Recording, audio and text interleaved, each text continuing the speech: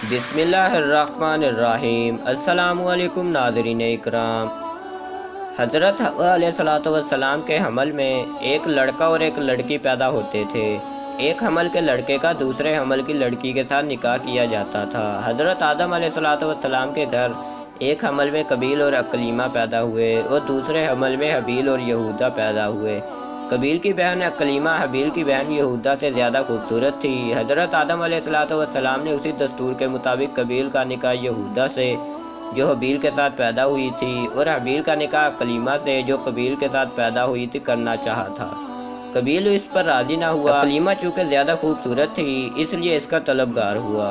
हज़रत आदम अलैहिस्सलाम ने फरमाया, वो तेरे साथ पैदा हुई है, लिहाजा तेरी बहन है, इसके साथ तेरा निकाह हलाल नहीं।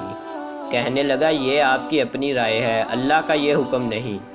आप अलैहिस्सलाम ने फरमाया, तो तुम दोनों कुर्बानियाँ लाओ, जिसकी कुर्बानी मकबूल हो जाए वही अकलीमा का हकदार है। उस ज़माने में जो कुर्बानी मकबूल होती थी आसमान से एक आग उतर कर खा लेती थी। कबील ने एक अंबार गंदम का और हबील ने एक बकरी कुर्बानी के लिए पेश की।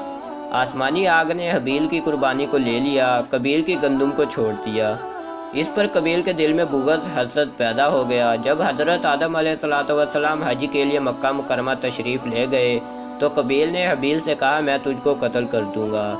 हबील ने कहा, क्यों? कहने लगा, इसलिए कि तेरी कुर्बानी मकबूल हुई, मेरी ना हुई। अकलीमा का तू मुस्तहिक ठहरा है, इसमें मेरी ज़िल्लत है।